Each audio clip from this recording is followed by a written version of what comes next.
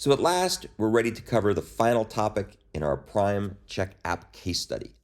And this particular part of the lesson will walk through the implementation of a driver program that runs the PrimeCheck client and measures the performance of its various methods called with various parameters.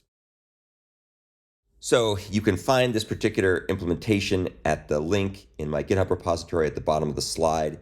And now we'll switch over to my IntelliJ project and walk through the code.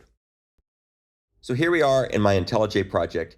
Unlike previously where we focused on the source code for the client and the server and so on, this time we're going to talk about the test code, which is under Test Java Server PrimeCheck Test.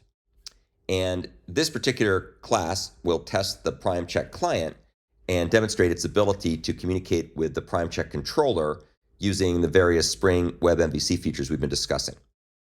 As you see, if you take a look at the PrimeCheck test class, it's annotated with a Spring Boot test annotation that tells Spring to look for a main configuration class. In other words, something that's annotated as a Spring Boot application, which in this case, of course, is PrimeCheck application, which appears here in the server folder. And it'll then use what it finds to start a Spring application context to serve as the target of the tests.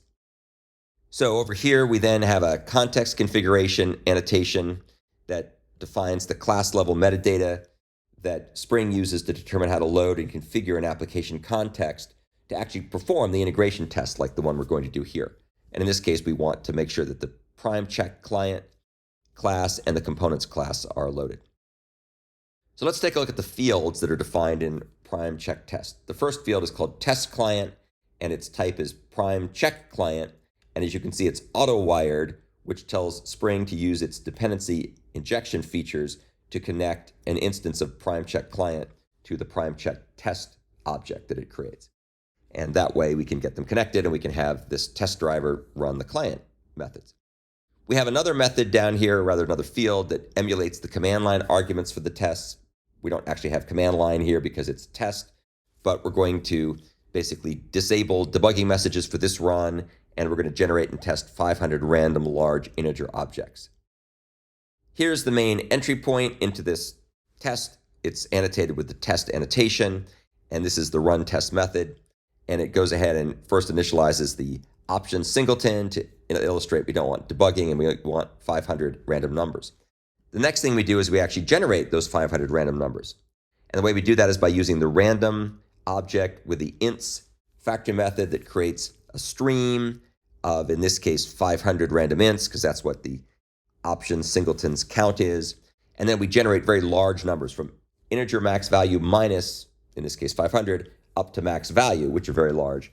We take that stream of integers and we go ahead and box them up so there'll be integers instead of ints, and then we'll use the collect method to collect these results into a list. So we get back a list of random large integers. And we use the same list of random large integers for all the different tests we're about to run. As you can see, we run 4 tests, and the first 2 tests are going to test the test individual calls method on the client. And if you recall, those send each of these, in this case, 500 requests, one at a time to the server using round-trip two-way calls. And the first time we're going to run this, we're going to pass the parallel flag in to be false, meaning have the client make those calls sequentially with a sequential stream. And then the second time we call it, we're going to pass in parallel be true, and that will tell the client to use a parallel stream to generate those 500 requests in parallel. So we'll take a look at the results, and they're kind of interesting. The next 2 things we do is we call the test list call method twice. And recall, that's going to send the 500 integers to be tested for primality in one fell swoop to the server. And we're going to pass false the first time, which is going to tell the server to do that test on 500 integers in a sequential stream on the server, so sequentially. And then the second time we make the call, we're going to pass in a parameter of true, and that goes over and tells the server, please do these tests in parallel. So again, one call for both the test list call methods, but one time the call runs sequentially on the server, one time it runs in parallel on the server. And then after all those things are run, we're going to print the results in ascending order from fastest to slowest. So let's go take a look at the time test method. This is a little helper method I wrote just to kind of factor out this common code. And what we do is we pass in a by function, which is the test to run. It's the test method in this case, be it the test individual calls or test list calls.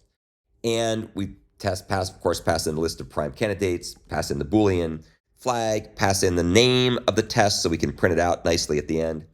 And then we go ahead and give a little diagnostic saying we're starting up, which test we're running, and how many iterations we're going to do, or how many random numbers we're going to send or process.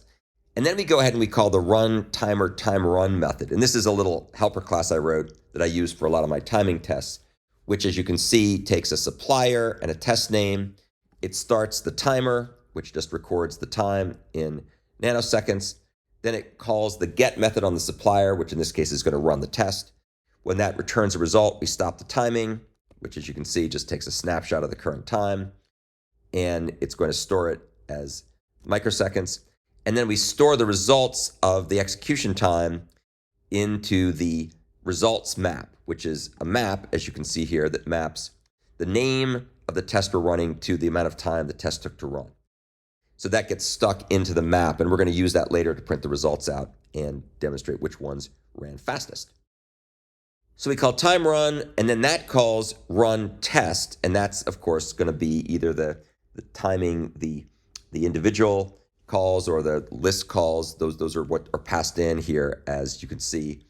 And what we do is we call the run test method, which is this other little helper method, and all it does is it just takes the test that we pass in and calls its apply method, because it's a by function, passing in the prime candidates, which is the list of integers to check for primality, and the parallel parameter, either true or false, and it returns a list of integers. So that's what's actually going to go ahead and run the test. And then when we're done, after we finish timing, we then go ahead and display the results. We don't want to be displaying the results as the test is being timed, because then we're going to be incurring the overhead for writing the output, which will perturb the results in ways that won't be representative of which ones actually took how long to run. Okay, so armed with all of that, we can now go ahead and run our program. The first thing we're going to do is we're going to start the PrimeCheck application, and you can see that's just going to go ahead and run that service in the background. So it's running as a web service with its inside the controller and so on. But of course, this is all running on my local computer, which has it's a MacBook Pro with I think it's an A1 Max with 10 cores. So everything's up and running, and now we can come over here and run that PrimeCheck test program, and that will go ahead and instantiate the tests. It takes just a little bit to get them compiled and linked and ready to go. And then once they're instantiated, they'll begin to run. Now, again, keep in mind what's going on here is these tests are running on the same machine, but since I've got plenty of cores, the fact that we're running the client on the same machine as the server really won't be a problem. So now things are up and running. You can see the first thing we're doing is we're testing individual calls sequentially with a count of 500. Then we test the individual calls running in parallel with a count of 500. Then we test the list calls sequentially. So the server's running this list sequentially. And then we do the list calls in parallel. So the server's now running in parallel.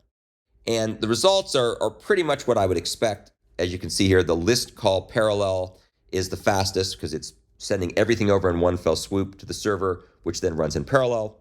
The individual calls parallel runs the next best. That's where all the two-way calls are being made in a parallel stream on the client side. And since we're running on the same computer, the latency from the client to the server isn't very high. If we were running in a network, then we might expect that latency to be higher. That might make that code perform worse, that example perform worse. The list call sequential, where we send everything over in one fell swoop and it runs on the server, is the third best, but it runs sequentially, but it's the third best. And then finally, the laggard here is the individual calls sequential, where it's going to make each of the calls sequentially one at a time to the server. And again, it's really no surprise that that one would be the slowest because we have to do all those calls, and we're not taking advantage of all the inherent parallelism on my MacBook Pro with all of its wonderful cores. So that basically demonstrates the performance of this program. We can kind of shut everything down here and go back to the code. But at this point, you should have a very good understanding of how all the pieces fit together. And hopefully this will help you have a better idea of how to implement effective client server code using Spring Web MVC features.